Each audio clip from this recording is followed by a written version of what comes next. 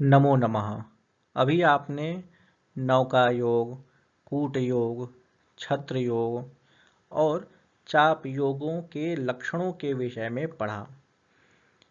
इसके अतिरिक्त कुछ आकृति योग और शेष रह जाते हैं, जिनमें से दो और मुख्य हैं, चक्र योग और समुद्र योग। तो चक्र योग का निर्माण किस प्रकार से होता है, समुद्र योग का निर्माण किस प्रकार से होता है, वह इस पाठ में मुख्य रूप से बताया जाएगा। आकृति योग, जैसा कि पहले ही कहा जा चुका है कि ग्रहों की आकृतियां आकाश में उस प्रकार से बनती है जैसा उसका नामकरण किया गया है। तो इस श्लोक में चक्र योग और समुद्र योग कैसे बनते हैं उसके विषय में आचार्य वराहमिहिर बता रहे हैं। आप यह श्लोक देखें, इसके अन्वय, इसकी संस्कृत व्याख्या और भावार्थ को समझने का प्रयास करेंगे। श्लोक इस प्रकार से है। एकान्तरैर्विलग्नात् षड्भवनावस्थितैर्ग्रहैश्चक्रम् अर्थाच्च तद्वदुदधिनो प्रभृति फलान्यथो क्रमशः। अन्वय देखें इसका। विलग्नात् एकान्तरैः षड्भवनावस्थितैः ग्रहैः चक्रम योगो भवति च अर्थात तद्वद उदधि योगो भवति अथ क्रमशः नव प्रभृति फलानि कथ्यन्ते। इसकी आप संस्कृत व्याख्या देखें। विलग्नात् लग्न स्थानात् एकांतरैहि एक भावे अंतरेण अर्थात एक भाव छोड़ करके, एक भाव अंतर करके, षड्भवनावस्थितैहि षड्भवनावस्थितैहि छह भवन में स्थित होने पर, ग्रहैहि खेचरैहि ग्रहों के द्वारा, चक्रम चक्रनामा योगो भवति च तथा अर्थात द्वितीय स्थानात, अर्थात का अर्थ यहाँ पर जो हिंदी में अर्थात कहते हैं मतलब के अर्थ में वह नहीं ग्रहण करना है। यहाँ पर अर्थ शब्द है। अर्थ शब्द द्वितीय भाव का वाचक होता है और पंचमी विभक्ति के एक वचन में अर्थात बनता है। तो इसका अर्थ हुआ द्वितीय स्थानात तद्वत् तेन प्रकारेण उदधि समुद्रः योगो भवति अथ इदानीं क्रमशः क्रमेण नव प्रभृति फलानि नौकादि फलानि कथ्यन्ते। अब इस श्लोक में आपको चक्र योग और समुद्र योग का निर्माण किस प्रकार से होता है उसके विषय में आचार्य वराहमिहिर बता रहे हैं। तो जैसा कि आचार्य कहते हैं कि एकांतरैहि अर्थात एक एक भाव छोड़ करके, यदि छह भावों में, छह स्थानों में यदि सभी ग्रह विराजमान हो जाते हैं तो ऐसे में चक्र नामक योग का निर्माण होता है।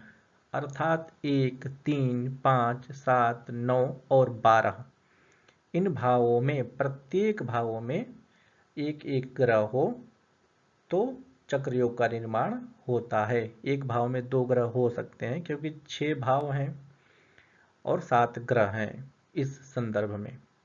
इसी प्रकार से द्वितीय भाव से समुद्र नामक योग बनता है। अर्थात द्वितीय भाव से एक एक भाव छोड़ करके, अर्थात द्वितीय, चतुर्थ, षष्ठ, अष्टम, दशम और द्वादश, इन 6 भावों में एक एक ग्रह हों तो समुद्र नामक योग बनता है। अब इसके अनंतर वाले वीडियो में आकृति योगों के शुभाशुभ फलों के बारे में बताएंगे जो अवशिष्ट योग रह गए थे, जैसे नौका योग, कूट योग, छत्र योग, चक्र योग इत्यादि। जो अवशिष्ट योग अभी पर्यंत हैं जिनका फल कथन नहीं हुआ है उसके विषय में आगे कहा जाएगा, ऐसा आचार्य इस श्लोक के माध्यम से संकेतित कर रहे हैं। आप उदाहरण के माध्यम से इसको समझने का प्रयास करें कि चक्र योग और समुद्र योग ये निर्माण कैसे होता है। तो चक्र योग के विषय में जैसा कि कहा गया है कि लग्न, तृतीय, पंचम, सप्तम, नवम और एकादश इन स्थानों में, प्रत्येक स्थानों में ग्रहों का होना अनिवार्य है। तो आप देखें इसमें प्रत्येक स्थानों में ग्रहों का होना अनिवार्य किया गया है। लग्न में सूर्य और शुक्र है, तृतीय स्थान में चंद्रमा है, पंचम स्थान में मंगल है, सप्तम स्थान में गुरु है, नवम स्थान में शनि है और एकादश स्थान में बुध है। अर्थात प्रत्येक भाव में कोई न कोई ग्रह बैठा हुआ है और लग्न में 2 ग्रह बैठे हुए हैं।